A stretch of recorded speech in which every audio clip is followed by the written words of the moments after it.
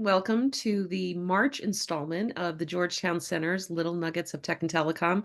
Jen Fritchie, how are you? It's been a month since I've seen you. How are things? Things are good. Thank you, Carolyn. Are you Sunny actually Chicago. actually in sunny Chicago? It's pouring rain here in DC. We are very, very, very happy to have Umair Javed join us. Umair is from CTIA, Senior Vice President, last time I checked your title. I was wondering before we jump into all things spectrum, which is today's topic, if Umair, could you just give us a little bit of background? How did you end up at one of our favorite organizations in town, CTIA? Yeah, absolutely. And this is all new to me. So I just joined CTIA a couple months ago as Senior Vice President of Spectrum, as you mentioned. Before that, I was Chief Counsel to the Chairwoman of the Federal Communications Commission. Spectrum policy was a big part of my job there too. And what that meant was at the FCC, I got to think big about how our country could continue to lead the world in wireless and how spectrum policy could help empower companies and people to flourish and succeed. And now I get to continue that work at CTIA, which is great. It's a really, really good team, and I don't think you could have joined at a busier time in light of what is going on. So Jen, I know you are always very interested in what's happening in the spectrum world. Most recently, I just figured, I mean, there's so much going on and we'll get Oh into my. a lot of it, but let's just start with the most recent development, which was last week's hearing. And before that, what is now referenced as the cruise bill. I don't have the full title in front of me. But I was wondering, Umair, could you just give us a little bit of context? What was the bill about? What does it do? And why is there so much excitement about it? Sure thing. And you know, you mentioned there's a lot going on in Spectrum. I think that's true. It sort of feels like there's a lot of smoke and maybe not fire yet, but I'm hoping that the bill from Senator Cruz could be that spark. I'm happy to see some momentum on Spectrum issues with that bill. And maybe let me take a step back and offer a little bit of context. As I'm sure you know, and I'm sure most of our listeners know, the FCC's authority to auction spectrum expired about a year ago, on March 9th, 2023. It's a date that I'll is in my mind forever. That's a big deal. For 30 years, that authority has served us. It's been the most efficient, effective, and transparent way to put our country's spectrum to the highest and best use. You know, if you think about all that the FCC has accomplished with that authority, it's held auctions that have fueled competition, that have provided consumers with the latest and greatest wireless technologies and services. They've helped us counter China's technology ambitions and increase our national security. And at the same time, they've raised more than $233 billion for the US Treasury. So it's no surprise that that auction program has really been a model for countries around the world. Mhm. Now, on top of that, oh, sorry, go ahead. I was just going to say, just to give you an idea of how long I've been sniffing around this topic called spectrum, I was actually a lowly intern in law school working for Congressman Ed Markey. This was before he was a senator, and they were exploring for the very first time back then whether auctions was the right way to go. They were doing beauty contests at that point, and that was the big push was to give the FCC auction authority. So imagine my dismay all these years later, and we just couldn't get it done this time. Which is a first. It's the first time in that 30-year history that the FCC has lost that authority. And at the same time, our commercial pipeline has also run dry in the US. So while we see demand increasing, nothing's really been identified to help meet it. So I think the good news is that we know how to solve these problems, right? We've done it before. Congress has a long history of bipartisan action when it comes to enacting multi-year extensions of the FCC's authority, and at the same time, identifying specific bands of spectrum for the FCC to auction. That's what Congress did in 1997, in 2006, and again in 2012. And that's what the bill from Senator Cruz does now. It follows that same tried and true model. And Jen, I think from the investment world, you guys are always looking for a little bit of certainty in terms of Mhm. when's the next tranche of spectrum that's going to come online? What are the rights and or restrictions attached to that? And I know you and I have talked over the years, what is the plan? Yes. I'm just curious what the street's thinking is, given the fact that the FCC's auction authority has expired. Is it a blip? Is anyone paying attention from the investment community? That's a great question. I don't feel like they're focused on it as much as they should be. I mean, I think that they're all saying, Verizon spent whatever it was, 40 billion plus, not even including clearinghouse expenses on the C-band, and they have to digest those expenses, AT&T at 20 billion and change, not including 345. So I think that there's a lot of focus on that more than the lack of spectrum pipeline coming out. But it changes as you have John Stankey, CEO of AT&T, going around DC and other places saying we need more spectrum. Right.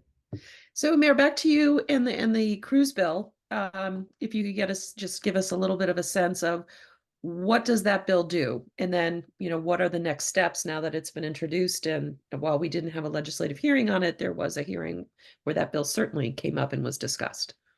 Sure. So the bill, at its core, it renews the FCC's auction authority, which is great. It requires NTIA to identify at least 2,500 megahertz of mid-band spectrum that can support commercial innovation. That's the pipeline piece. Mhm. It requires the FCC to auction a subset of that, about 1,250 megahertz for full power licensed use within 6 years, including at least 600 megahertz of that within 3 years. So you see all the things that have been really helpful to the industry, right? You see that predictable pipeline, that timeline of auctions. It also brings Wi-Fi along. It requires the FCC to allocate at least 125 megahertz for unlicensed services as well. Mhm. So on that point, and this certainly came up in the hearing, the Wi-Fi advocates are making, a case for needing more. But what's curious to me is given the imbalance, right? We have what, 450, maybe a little bit more, depending on how you're counting your eggs, unlicensed over 1,000, right, in total here in the United States. I never hear about congestion.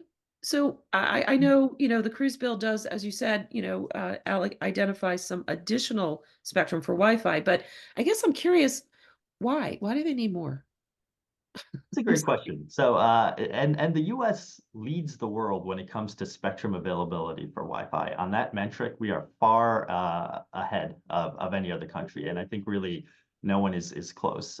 In the critical mid-band range, the US has given Wi-Fi access to about 300% more spectrum than licensed. If you go up to the millimeter wave, you see the same dynamic as well.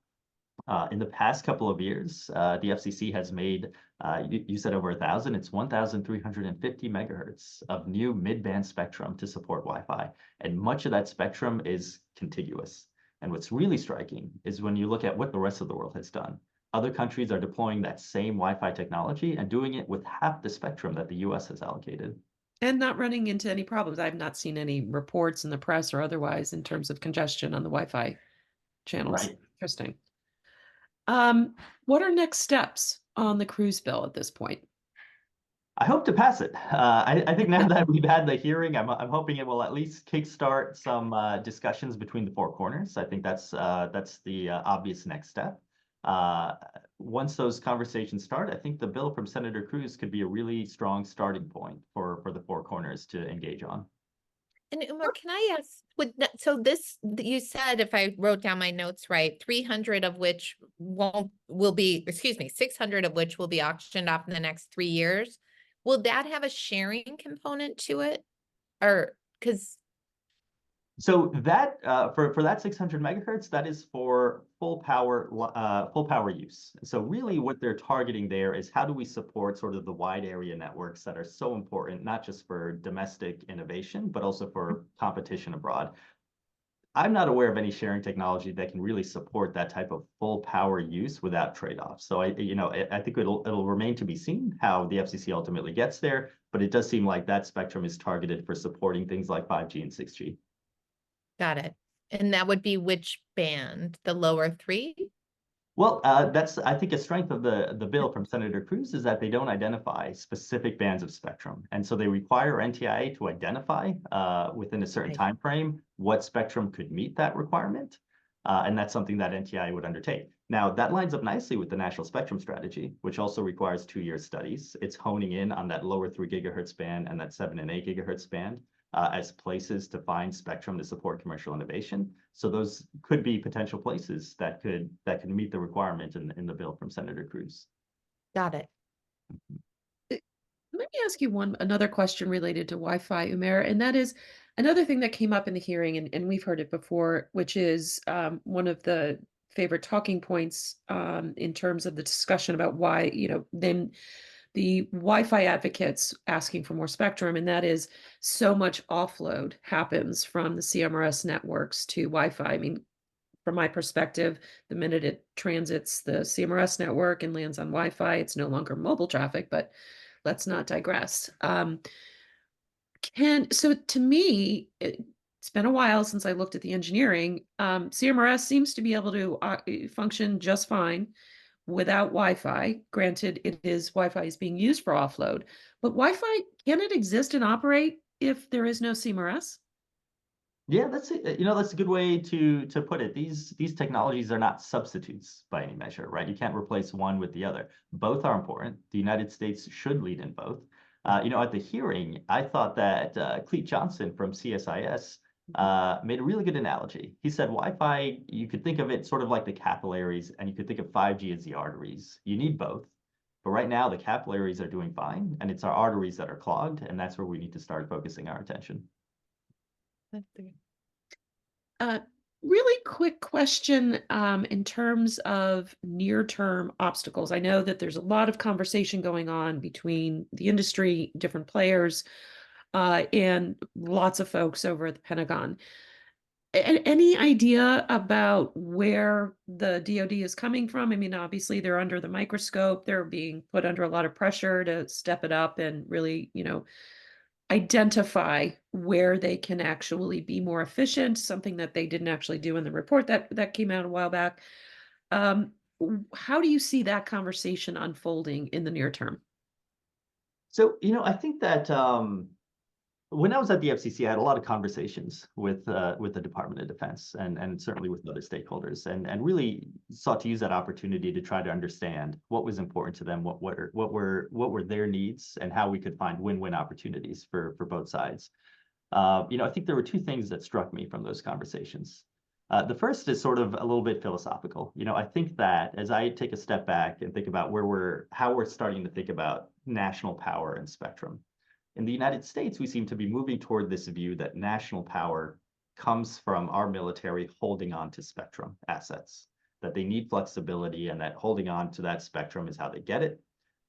So the conversation has shifted from what are the capabilities we're trying to preserve to what are the actual megahertz that they have. Meanwhile, you look at other countries and they sort of have this view of national power coming from the success of their commercial technologies and the ability to proliferate them around the world. And you look at China's strategy, for example, it's very much predicated on that. I think we need to do a better job of finding a balance between those two things. When I talk to the DoD, the thing they value a lot is mobility. When they're thinking about the future of warfare, they're thinking about how do you set up assets and then have them somewhere else a day later, 2 days later. Mobility is incredibly important to them. Well, 5G serves mobility. So I do think there are these opportunities for the two to work together. Mm-hmm. It's just a matter of coming down and trying to find those win-win opportunities. Jen, I think this probably creeps up a little bit in your world when people are talking about spectrum, and that is there is this line of argument that it's kind of a zero-sum game, that if the commercial industry, is given the opportunity to spend billions of dollars to buy and then spend billions of dollars to build out spectrum, that somehow that is depriving other users of access to whatever spectrum bands they might need. Can you talk to us a little bit about, and I think this did come up at the hearing as well, this is not a zero-sum game.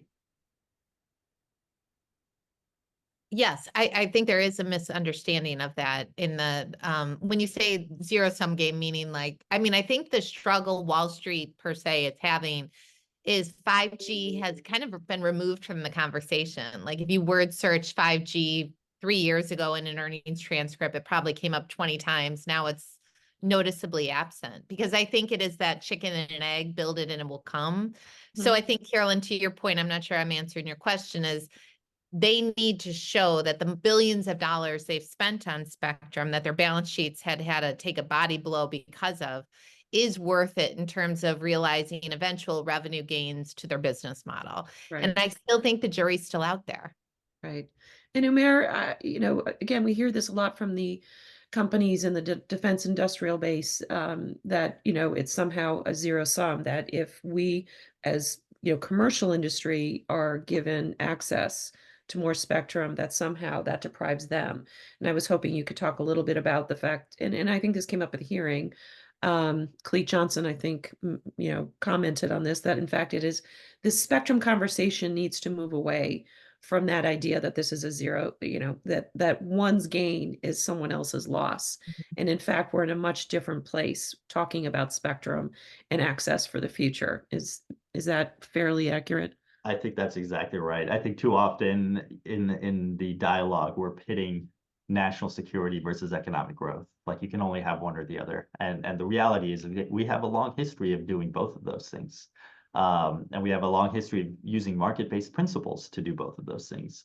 So I think we can do that again. If you think about the growth of commercial technology, it benefits from the research and development that happens in our military. And if you think about military technology, a lot of it runs on commercial technologies, commercial networks. So these two things, I think, do feed each other.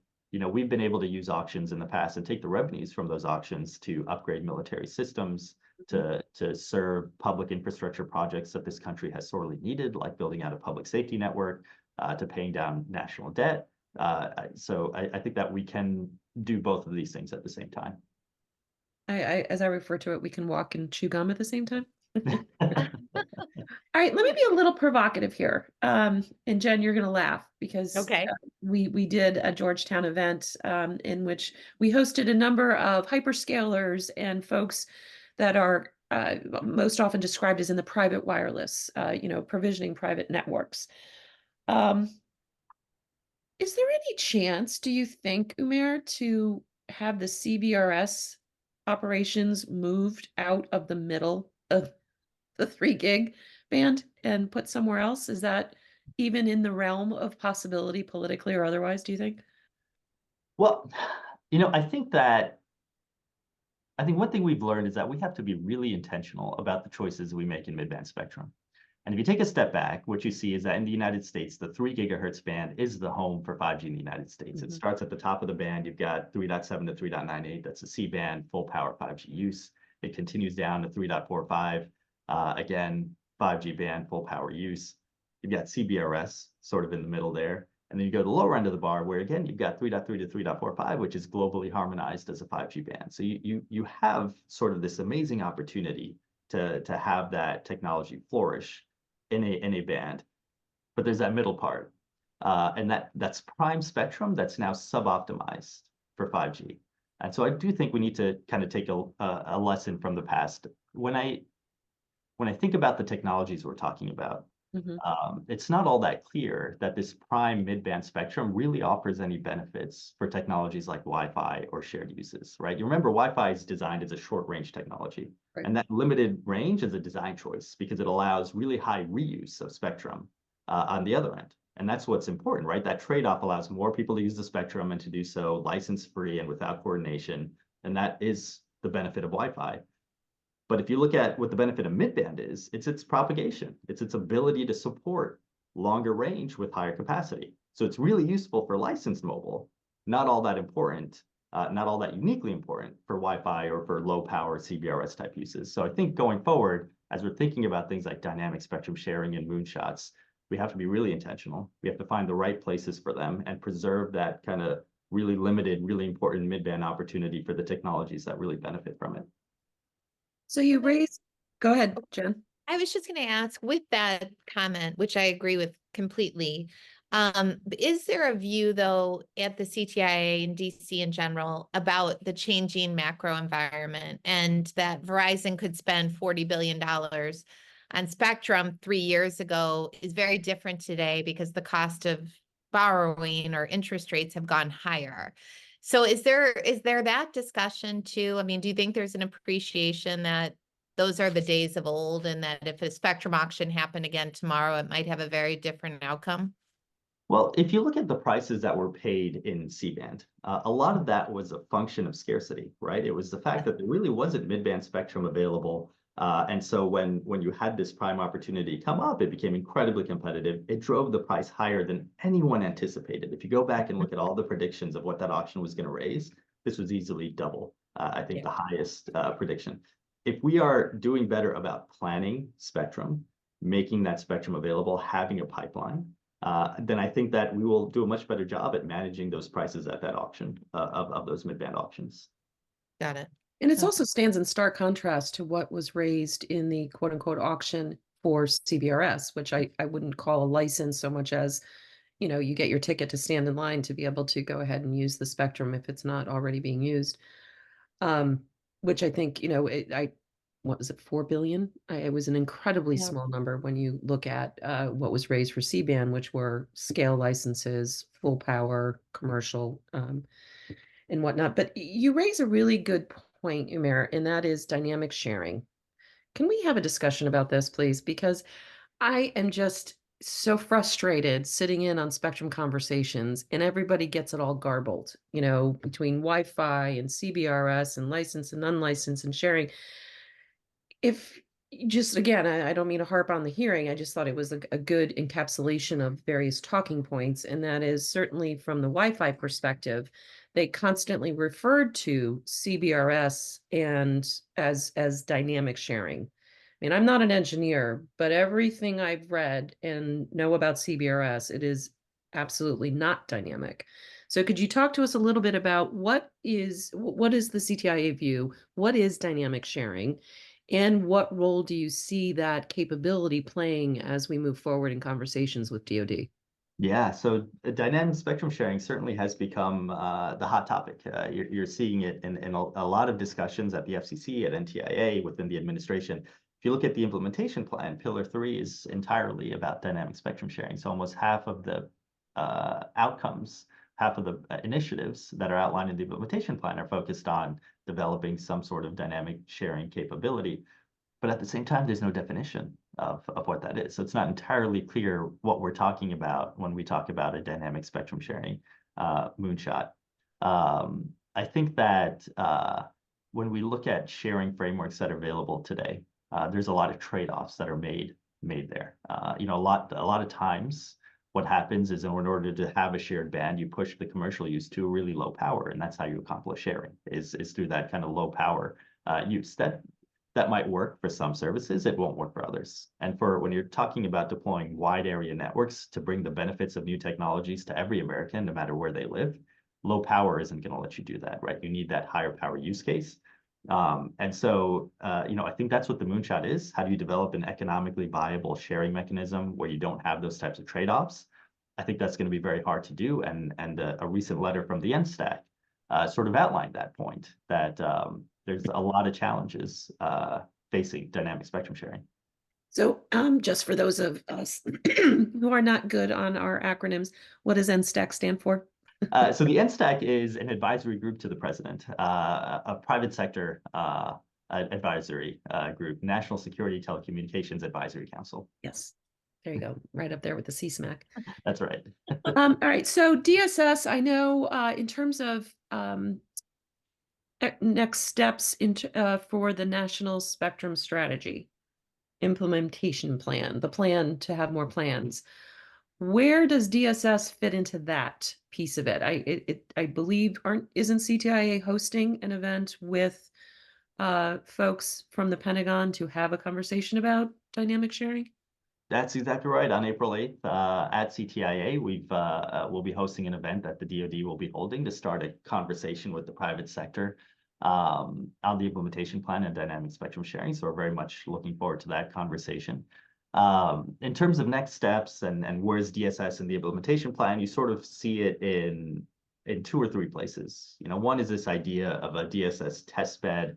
The responsible agencies here are OSTP and the National Science Foundation.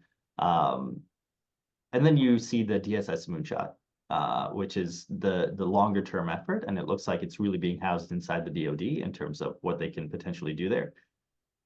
What's interesting is that the implementation plan calls for a restudy of the lower 3 gigahertz band, which we think is great. I think we thought that the initial Embers report was flawed because it took options off the table from the get-go. And now we are going back and restudying those options, and that includes those tried and true sharing regimes we've used in the past, like segmentation, compression, retuning, repacking. So we'll look at that now. But it also says that the DoD gets to have this sort of DSS demonstration just before those studies really take off. So it'll be interesting to see what that looks like and how that lines up. Are you hearing anything out of the Pentagon or any of the consultants working with them, or any of the companies working with them on all of this in terms of efforts that they're making to assess where they can be more efficient? I feel like that topic has sort of gotten glossed over. It was supposed to be part of the Embers report, but it didn't find its way in there. I'm just curious whether we honestly think we're ever going to get them to take a serious hard look at how they can improve their own operations. Any sense of how that is, or where that issue is? You know, I think it's really important to consider that. You're absolutely right. The Embers report did not look at sort of what are the future uses of that spectrum. We know, for example, that airborne radar will be transitioned out of that band, out of the lower 3 gigahertz band. But the Embers report didn't really consider that when it thought about what spectrum could be available for commercial access. I was encouraged that the DoD recently has sort of suggested that that is a conversation we could have, especially with respect to those airborne radars. That's a good step. I think we should be having that conversation with every system in that band in order to have sort of this comprehensive look at the commercial opportunity. Jen, I would be remiss if we didn't bring up the issue of competition. Yes. So I was just Yeah. curious, Umair, from your perspective, fixed wireless, right? It's been in the news a lot. T-Mobile really, making a huge push and featuring it.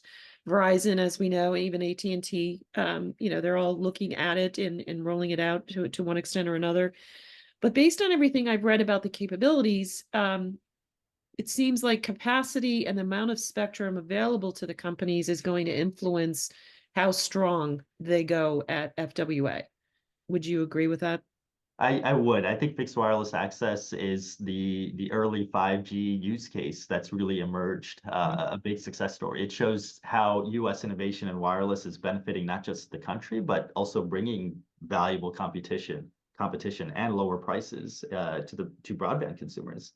The 2 fastest growing home broadband providers in the U.S. today are wireless companies.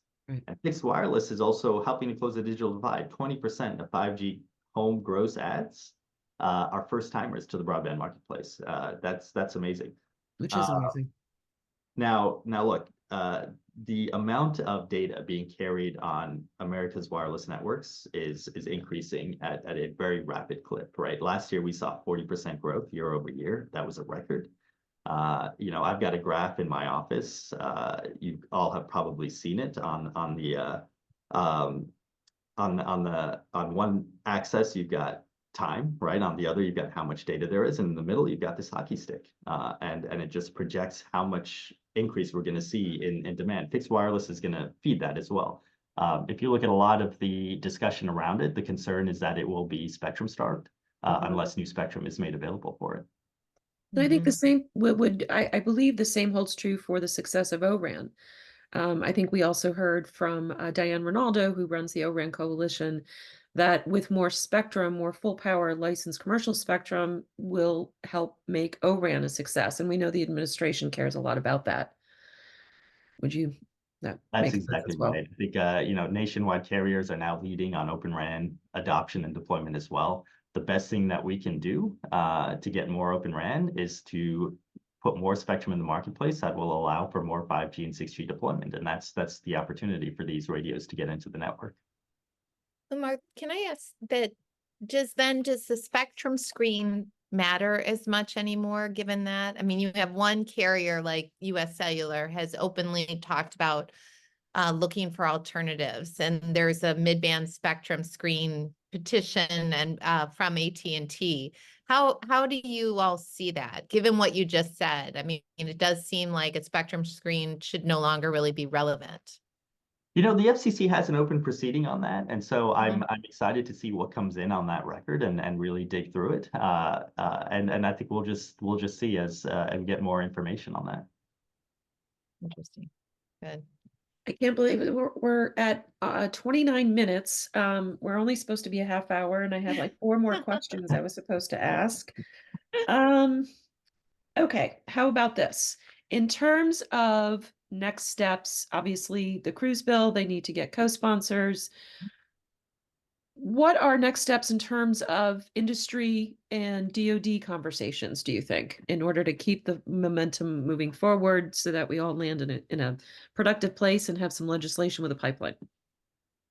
I think that the more collaboration, the better. So I'm excited that we'll have the DoD with us in a couple of weeks to have that conversation. I think from our perspective, it's really important that we keep the 2-year studies in the National Spectrum Strategy on time. That we keep the pressure up on that. And one thing I like about the implementation plan is it does have this really detailed timeline. It's almost a scorecard in terms of when we're gonna meet certain metrics and accomplish certain goals, and that's a great tool for accountability. And so I think from our side, we need to keep the government accountable to the deadlines that they've set, ensure that we're all making progress. And I think the cruise bill can provide that one piece that the implementation plan is missing, which is the strategic context, the goal setting, right? I think you can actually line these two things up pretty nicely.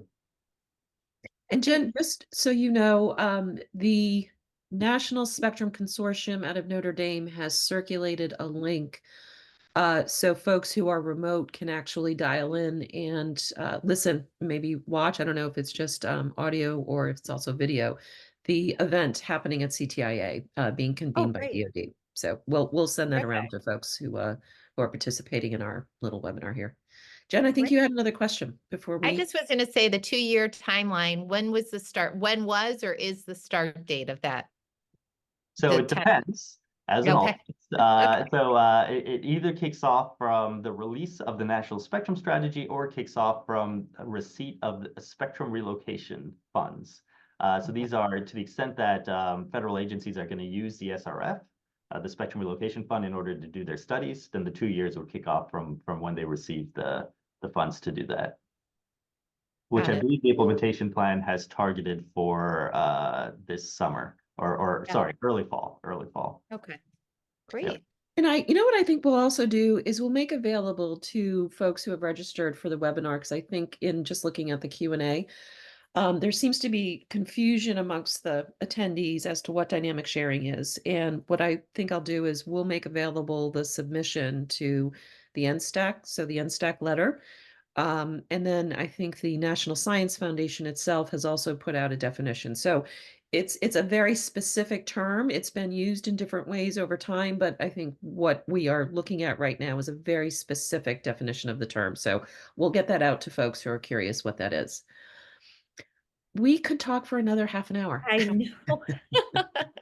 This has been so great, Umair. Thank you so much. No, thank you guys. Thank you Enjoyed. very, very much for the time. If we get any follow-on questions, we will, of course, let you know. We hope to have you back because this is not a topic that is going to go away.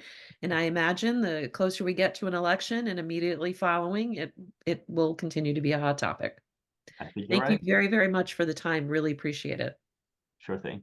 Jen, Great great to to meet see you as you. always. You too, Carolyn. Thanks All for the right. time. See ya. Happy Bye, guys. spring, everyone. Bye.